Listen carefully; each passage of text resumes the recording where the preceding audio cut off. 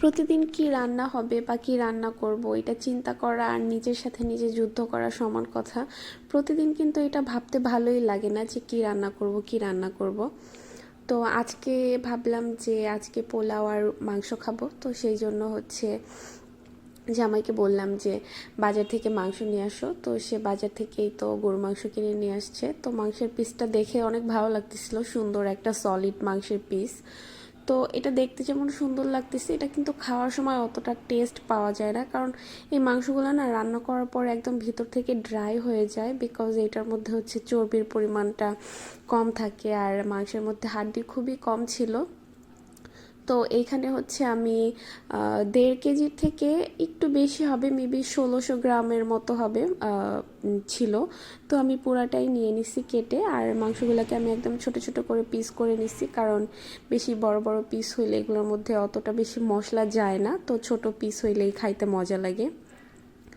তো মাংসগুলোকে কেটে ধুয়ে তারপরে হচ্ছে রান্নার জন্য চলে আসলাম। কড়াইতে তেল দিয়ে তার মধ্যে হচ্ছে আদা বাটা, রসুন বাটা, তারপর হচ্ছে গরম মশলা, এগুলো দিয়ে একটু ভালো মতো ভেজে নিয়ে তারপরে দিয়ে দিলাম হচ্ছে পানি। আর পানির মধ্যে এখন আমি দিব হচ্ছে গুঁড়া মশলা, যেমন হলুদের গুঁড়া, তারপর মরিচের গুঁড়া। মরিচের গুঁড়াটা আমি একটু বেশি দিলাম, কারণ আমি ঝাল ঝাল খেতে পছন্দ করি। আর তার সাথে দিয়ে দিলাম অল্প পরিমাণে গরম মশলার গুঁড়া, আর হচ্ছে দিয়ে দিচ্ছি কি বলে এটাকে, ধনিয়া জিরার গুঁড়াটা। আর এরপর মশলাগুলোকে ভালো মতো কষায় নিয়ে তার মধ্যে হচ্ছে মাংসগুলোকে কষাবো। মাংস কষানোর পর হচ্ছে, কষানো মাংসটা কিন্তু খেতে খুবই ভালো লাগে, মানে অনেক মজা লাগে খাইতে, যদিও একটু শক্ত শক্ত থাকে, বাট ওইটার টেস্ট একটু অন্যরকমই থাকে। তো কিছুক্ষণ কষায় নিয়ে উপর দিয়ে হচ্ছে আমি আবারও কিছুটা পেঁয়াজ কুচি দিয়ে দিলাম, কারণ আমার মনে হচ্ছে যে পেঁয়াজটা একটু কম হয়ে গেছে, কারণ আমি হচ্ছে গরুর মাংসটা একটু ঝোল ঝোল খেতে পছন্দ করি, আর পেঁয়াজ কম হলে কিন্তু ঝোলটা পাতলা হয়ে যায়। আর এরপরে দিলাম হচ্ছে লবণ। লবণটা দিতেই আমি ভুলে গেছি প্রথমে। সব খাবারের মেইন স্বাদটা কিন্তু লবণ থেকেই আসে, যেমন অন্যান্য মশলা বা মরিচ, হলুদ সব কিছু কম হলে কিন্তু অতটা টেস্টে অতটা কম বেশি হয় না, কিন্তু সেখানে লবণ দিতে আমি ভুলে গেছি বলেন। তো এরপরে সব কিছু ভালো মতো কষায় নিয়ে তারপরে ঝোল দিয়ে এই তো মাংসটাকে রান্না করে ফেললাম। আর সাথে আমি এই পাশে পোলাও বসাই দিছি। তো পোলাও রান্না করার জন্য এখানে এই তো পেঁয়াজ মরিচ সব কিছু ভেজে নিলাম। আচ্ছা, এবার কিন্তু লবণটা আগেই দিছি।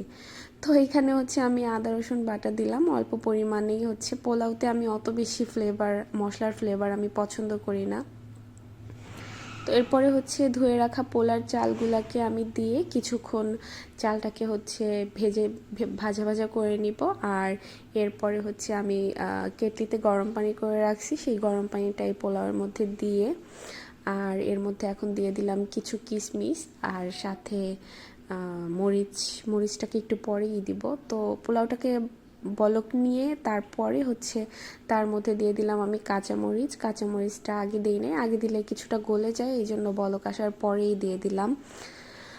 তো এই তো আমার পোলাও রান্না অলমোস্ট শেষ। পোলাও রান্না শেষ করে এখন মাঝখানে আমি সালাদও বানাই নিছি।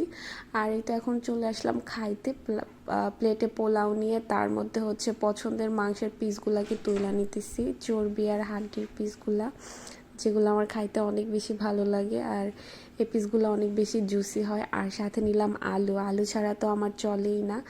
আলু, মাংস মানে আলু, মাংসের পিস থাকুক আর না থাক, বাট আলু কিন্তু থাকতেই হবে। অনেকেই কিন্তু মাংসে আলু খেতে পছন্দ করে না, শুধু হচ্ছে মাংসটাকে একদম ভুনা ভুনা করে খায়, ওইটাও কিন্তু অনেক বেশি মজা লাগে। কিন্তু স্পেশালি আমার কাছে আমার হচ্ছে গরু মাংসের সাথে আলুটা খাইতে খুবই ভালো লাগে। আর এই তো খাওয়া দাওয়া শেষ করে নিলাম, খাবারটা অনেক মজার ছিল, অসাধারণ হয়েছিল। আর সাথে আমি সালাদ বানিয়ে নিয়েছিলাম টমেটো, শসা, কাঁচামরিচ, পেঁয়াজ কুচি আর ধনিয়া পাতা দিয়ে।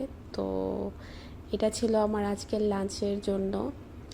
খুব ভালো হয়েছিল, খাইছি আলহামদুলিল্লাহ, অনেক মজা লাগছে। তো আমার মতো আপনারা কে কে এরকম আলু দিয়ে গরু মাংস খেতে পছন্দ করেন, বা যে কোনো মাংস খাওয়ার জন্য আলু পছন্দ করেন? আমি মাংস তো মানে ভালো কথা, আমি যে কোনো ধরনের মানে সবজি রান্না করলেও যে কোনো সবজিতে হচ্ছে আমার আগে আলু থাকতে হবে, কারণ আলু আমার অনেক ফেভারিট। আমার কাছে সবজি মানে আলু, সব কিছু মানে আলুই সব কিছু। তো এটাই ছিল আজকের জন্য। আল্লাহ হাফেজ, ভালো থাকবেন সবাই, যে যেখানে থাকবেন সবাই ভালো থাকবেন, আল্লাহ সবাইকে ভালো রাখুক।